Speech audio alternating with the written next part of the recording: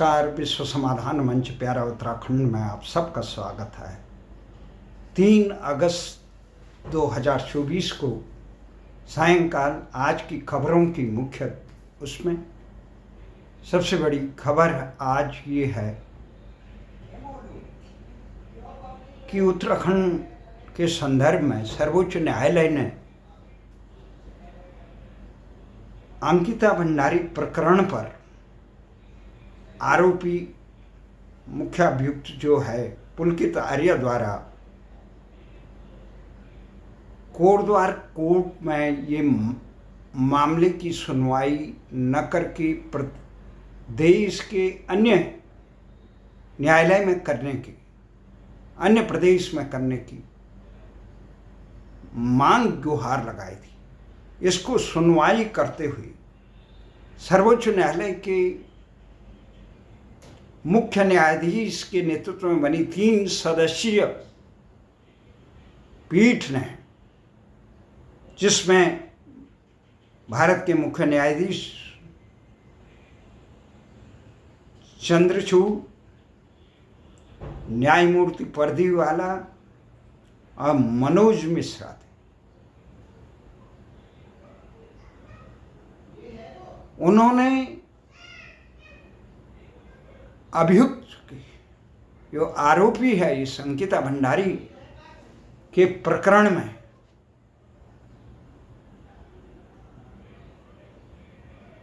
उस मामले को बेहद गंभीर मामला बताते हुए आरोपी की मांग को सिरे से खारिज कर दिया। कहा कि ये बहुत गंभीर मामला है, इस मामले में न्यायालय को जल्दी से जल्दी सुनवाई करनी चाहिए, जल्दी से जल्दी सुनवाई। ये एक न केवल आरोपी पुलकित आर्य पर तमाचा है, अपितु एक उत्तराखंड सरकार पर भी तमाचा है, जो इस प्रकार के आरोपी को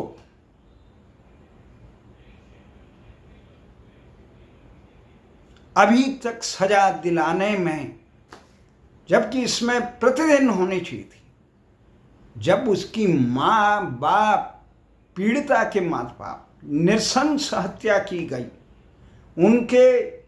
उसके इस साक्ष्यों को मिटाने के लिए किस प्रकार की कार्रवाई की गई, इसमें जो सरकारी कर्मचारी थे इसमें लिप्त थे, रेवेन्यू पटवारी इत्यादि,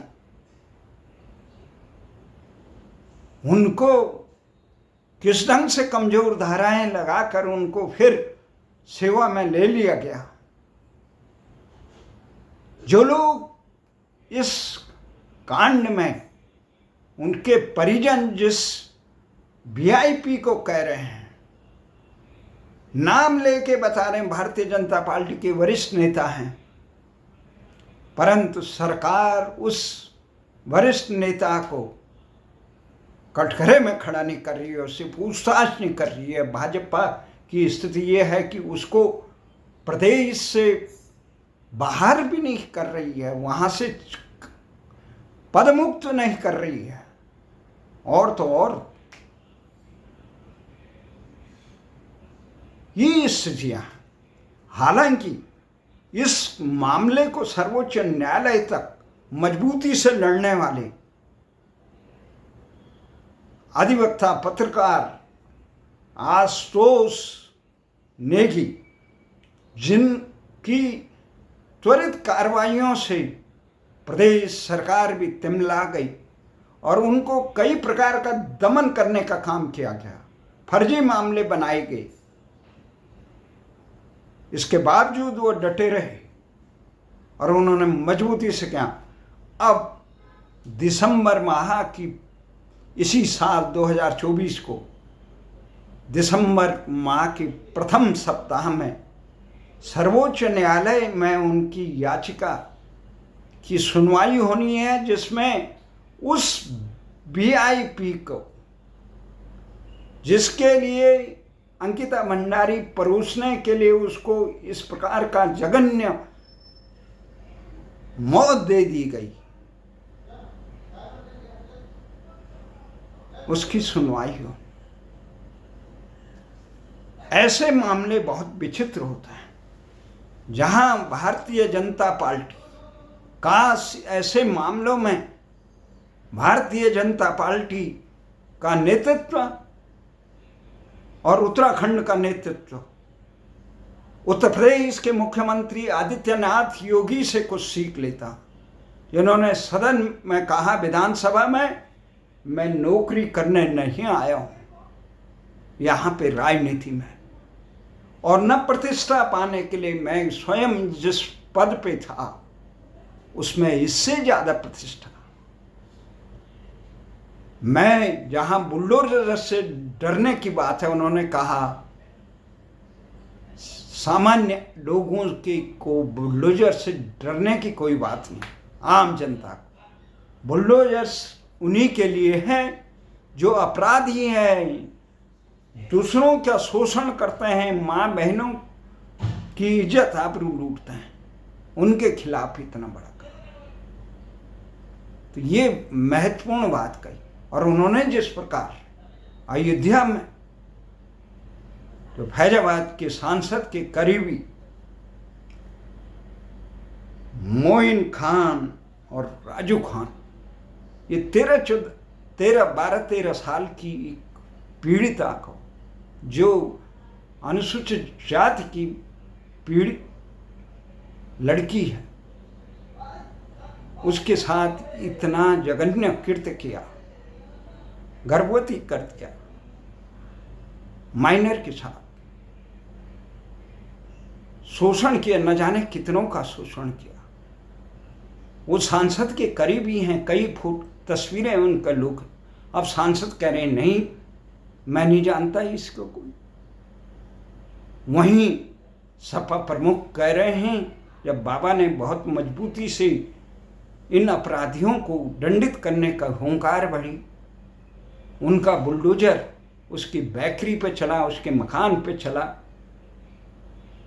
तो वो कह रहे हैं अखिलेश डीएनए टेस्ट करा लो, अगर डीएनए में पाक साफ बस्सा है तो उन अधिकारियों पर कार्रवाई होनी चाहिए जिसने उसके खिलाफ इस पर। आखिर ये बचाव किस लिए? तस्वीरें और उस लड़की का बयान अपराधी को कटघरे में रखने के लिए काफी है। उसकी प्रवृत्ति, जो सांसद है अवधेश प्रसाद, वो किस प्रकार से कह रहे हैं मैं नहीं जानता, जो सपा का करीबी है, उनके गलबैया रहा है, उनके क्षेत्र का है। कई तस्वीरें हो गई, पर इस पे चुप्पी साधने से काम नहीं चलेगा, क्योंकि वहां पे आदित्यनाथ योगी मुख्यमंत्री हैं। आदित्यनाथ योगी ने वहां के तमाम अपराधियों को, जो अन्य प्रदेशों में होते भाजपा के शासन में भी बच जाते थे, जैसे हमें विश्वास है हल्द्वानी प्रकरण में अगर बाबा ये उत्तर प्रदेश में होता तो उसके मुख्य अपराधी दिल्ली में छुप के अभयदान मिलने के उत्तराखंड में आत्मसमर्पण नहीं कर पाते, उनको भी दंडित किया जाता। क्योंकि जब अतीक से लेकर अंसारी तक तमाम बड़ी बाहुबलियों को, आजम खां को इस कदर बाबा ने कानून का सबक सिखाया कि वो त्राहिमाम करने बैठ गए। और इसी कारण तमाम भ्रष्टाचारी से लेकर अपराधी लोग षड्यंत्र करके किसी भी ढंग से बाबा को हटाने के चक्कर में लगे। पर बाबा ने चाहे अपने पार्टी का हो चाहे विरोधी का हो, उनको दंडित करने का काम किया। जो बड़े बड़े नेताओं के करीबी होने के बाद वो भी जेल की सलाखों में पीछे कटघरे में खड़े। ये होता है कानून का राज। अगर ये राज उत्तराखंड में होता तो अंकिता भंडारी को अब तक न्याय मिल चुका होता। लोगों का एक न्याय पर इकबाल बुलंद रहता। अगर आदित्यनाथ योगी जैसे मुख्यमंत्री कर्नाटक में होते, चाहे वो भाजपा की सहयोगी संगठन के सांसद रहे,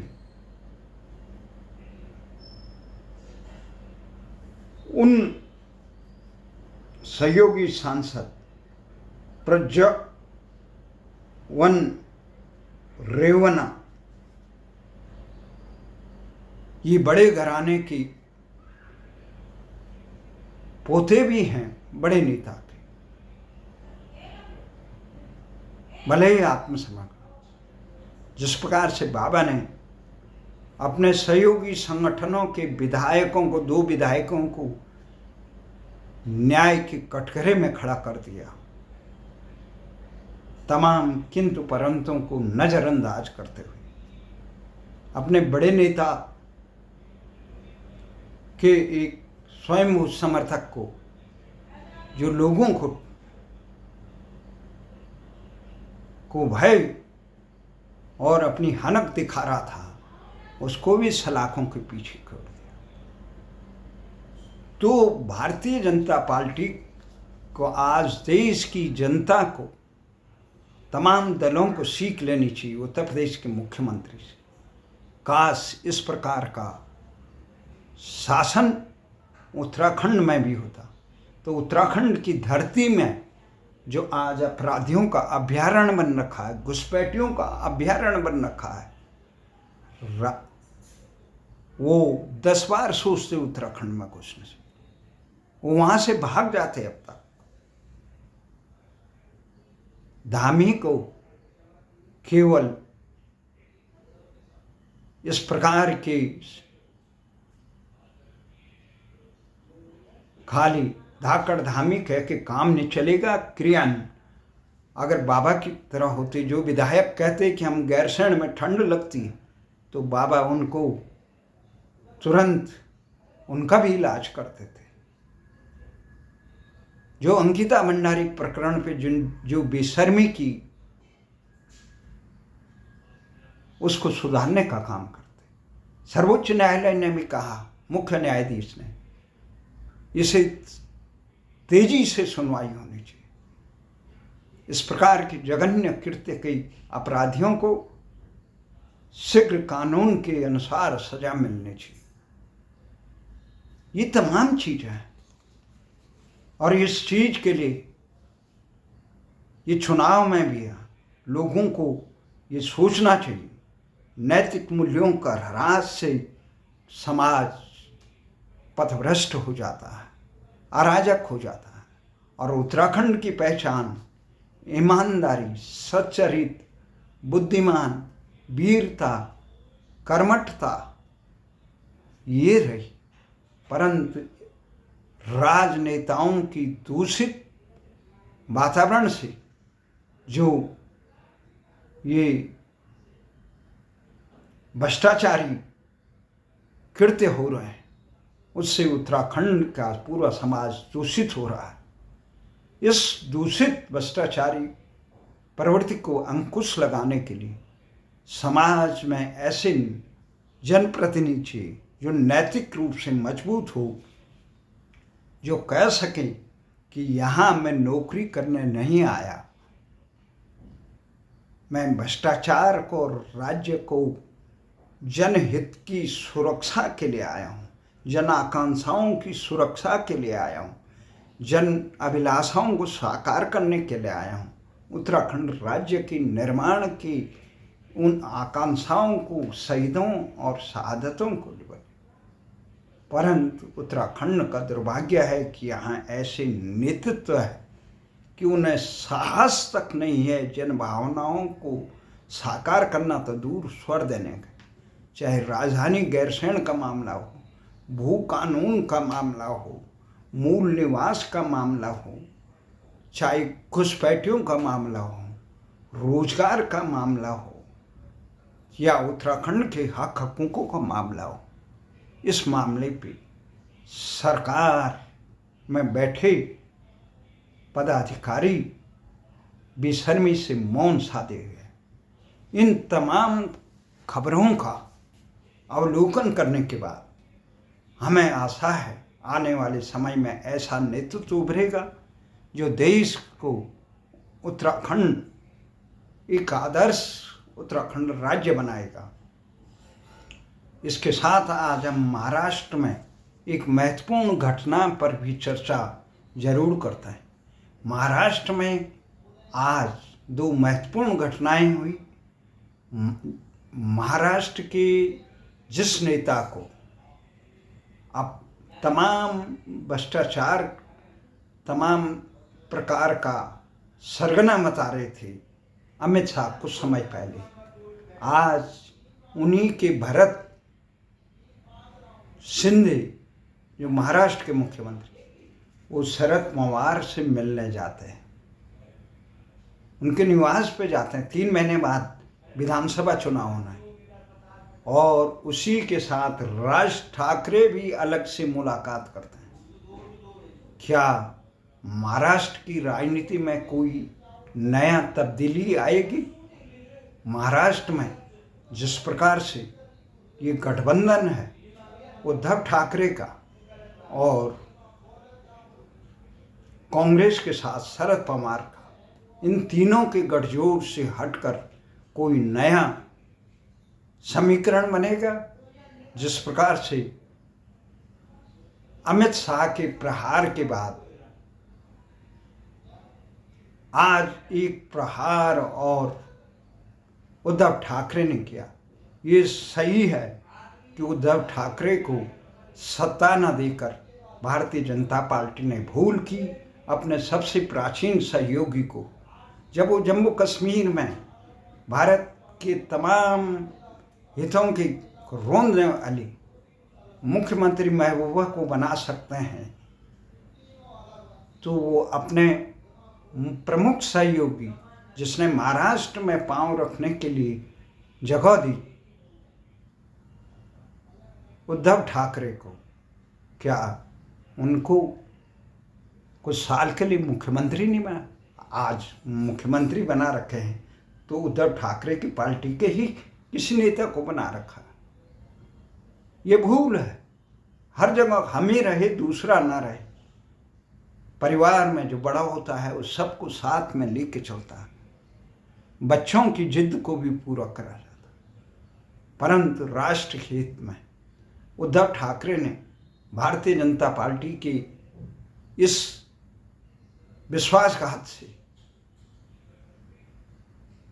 आक्रोशित होकर जिस ढंग से मुख्यमंत्री रहते हुए वहाँ पालगांव घर में जो साधुओं के साथ अत्याचार हुए, जो एक स्वतंत्र सांसद राणा के साथ हनुमान चालीसा पढ़ने पर दमन हुआ, वो उचित नहीं माना जाता। इसलिए भले ही राजनीतिक दूरियां नहीं, परंतु नीति और नियम के खिलाफ काम नहीं करना चाहिए। सत्ता के खिलाफ आज उद्धव ठाकरे ने अमित शाह पर कड़ा प्रहार किया।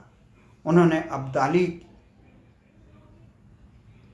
का नाम लेकर उन्हें आरोपित किया, क्योंकि इससे पहले अमित शाह ने और प्रधानमंत्री नकली कुछ इसी प्रकार के नकली बाल ठाकरे के जो गौरव हैं महाराष्ट्र के पूरे भारत में, जिन्होंने बाबरी मस्जिद के ढहने पे कहा था मुझे गर्व है कि शिवसेना के सैनिकों ने अगर ये किया, जिन्होंने गांधी की समाधि को एक बिहार के युवा द्वारा क्षतिग्रस्त करने पे कहा था, ये शिवसैनिक ने अगर ऐसा किया तो मुझे गर्व है। ये तमाम बातें जो पाकिस्तान से क्रिकेट खेलने के खिलाफ थे, उनकी एक होती थी। जो ढाल बन गए थे मोदी के गुजरात दंगों के बाद, ये तमाम चीज़ें भारतीय जनता पार्टी के रणनीतिकारों को अपने निर्णय लेते समय समझनी चाहिए थी। पंजाब में भी जिस प्रकार से कार्य हुआ वो भी भाजपा के पक्ष में नहीं है। भाजपा को अपने पुराने सहयोगियों को साथ में लेना चाहिए। इन तमाम बातों के साथ राष्ट्र की हितों के प्रति किसी प्रकार की छिछले आदर नहीं होगा। इतने निचले स्तर पे संसद में जो आरोप प्रत्यारोप लग रहे हैं, जाति के नाम पर, जातिगणना के नाम पे, तमाम एक दूसरे पे जो आरोप लग रहे हैं वो उचित नहीं है। उससे संसद का, राष्ट्र निर्माण का बहुकीमती समय नष्ट हो रहा है। देश की आशाओं लोकशाही के प्रति कमज़ोर हो रही है। इन्हीं आशा और विश्वास के साथ कल नए खबरों के साथ आपके साथ सामने अपने विचार साझा करेंगे। तब तक देव सिंह रावत को आप आज्ञा दीजिए। नमस्कार।